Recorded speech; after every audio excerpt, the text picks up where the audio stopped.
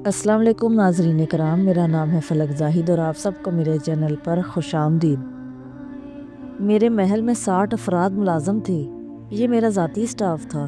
یہ لوگ ہر وقت میرے اشارے کے منتظر رہتے تھے، لیکن اب کہنا سال خاتون نے ٹھنڈی سانس بھری، ٹیشو پیپر سے آنکھیں پونچھیں اور گلوگیر آواز میں بولی، اب میرے پاس صرف 2 ملازم ہیں۔ ایک عورت میرے لیے کھانا بناتی ہے اور دوسرا میرا ڈرائیور ہے۔ زندگی انتہائی مشکل ہے، ہاتھ تنگ رہتا ہے، بعض اوقات دوستوں سے بھی رقم مانگنا پڑتی ہے۔ ناظرین کرام، یہ ایران کے سابق شاہ رضا پہلوی کی ملکہ فرح کے خیالات ہیں۔ فرح دیبا نے نیو یارک ٹائمز کی ڈیبورا سولومن کو انٹرویو دیا۔ فرح پہلوی 1979 میں ایرانی انقلاب کے وقت شاہ کے ساتھ امریکہ فرار ہو گئی تھیں۔ شروع میں وہ شاہ کے ساتھ ماری ماری پھرتی رہیں۔ یہ دونوں گرتے پڑتے کسی ملک میں داخل ہوتے، وہاں سے انہیں چند دنوں میں نکل جانے کا حکم ملتا۔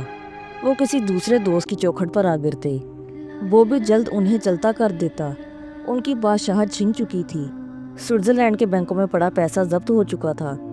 دشمن ملک ان کا پیچھا کر رہے تھے اور امریکہ نے انہیں قبول کرنے سے انکار کر دیا تھا۔ چنانچہ ایک قسم پرسی اور خود ترسی تھی جس میں شاہ نے قاہرہ میں 1980 میں دم توڑ دیا۔ انہیں اسی مکان کے صحن میں چپ چاپ دفن کر دیا گیا، جس کے بعد فرح دیبا آزاد ہو گئیں۔ وہ مصر سے امریکہ آ گئیں اور پچھلے کئی برسوں سے امریکہ میں جلا وطنی کی زندگی گزار رہی ہیں۔ انہوں نے یہ برس ان زیورات کے بل بوتے پر گزار دیے جو وہ تہران سے ساتھ لائی تھیں۔ یہ ایک ایسی خاتون کی درد بری کہانی ہے جو 20 برس تک تیل کی دولت سے مالا مال ایک جدید اور شاندار ملک کی خاتون اول رہی ہیں۔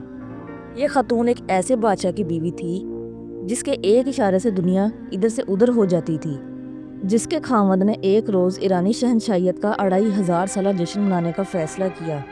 ماہرین نے تاریخ کی کتابیں کھنگالیں تو معلوم ہوا ایران میں بادشاہت کو ابھی فقط 1415 سال گزرے ہیں۔ جب شاہ کو اس صورتحال سے آگاہ کیا گیا تو انہوں نے کیلنڈر کو 1035 برس آگے کرنے کا حکم جاری کر دیا۔ اور ناظرین کرام، دلچسپ بات سنیے، کیلنڈر واقعی آگے کر دیا گیا۔ شاہ نے ایک روز اپنے وزیر دربار امیر عباس سے وقت پوچھا۔ اس نے جواب دیا 6 بجے ہیں۔ شاہ نے مجلس شورا کے صدر مہندس ریاضی سے پوچھا، اس نے بھی عرض کیا 6 بجے ہیں۔ شاہ نے اپنی گھڑی اتاری اور غصے سے بولا، یہ بدبخت 5 بجا رہی ہے۔ شاہ نے ٹائم درست کرنے کے لیے ناب کو چٹکی میں دبایا تو امیر عباس چلایا، قربانت شوم، یہ آپ کیا کر رہے ہیں؟ آپ کے غلام یہ برداشت نہیں کر سکتے کہ حضور کو گھڑی درست کرنے کی زحمت اٹھانا پڑے۔ آپ اس کو یہیں رہنے دیں۔ ہم 35 ملین عوام اپنی اپنی گھڑیاں 1 گھنٹہ پیچھے کر لیتے ہیں۔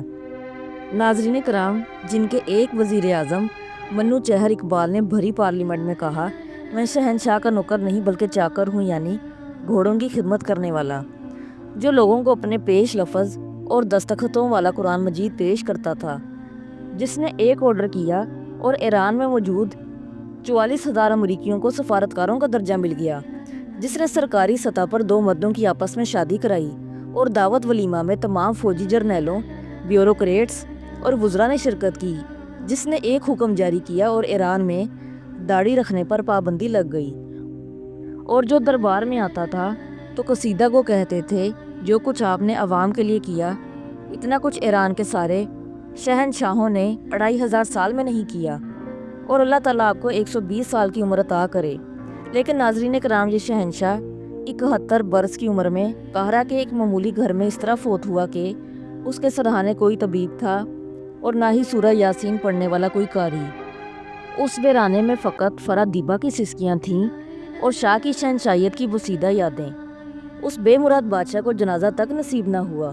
صرف 2-4 بندے تھے جنہوں نے مکان کے صحن میں اسے دفن کیا اور دعا کر کے گھروں کو لوٹ گئے۔ آج بادشاہ کی نعش بچانے کے لیے اس مکان کے باہر مسلح گارڈ کھڑے رہتے ہیں، جبکہ اندر اندھیرے مزار پر کوئی چراغ جلتا ہے اور نہ کوئی فاتحہ پڑھتا ہے۔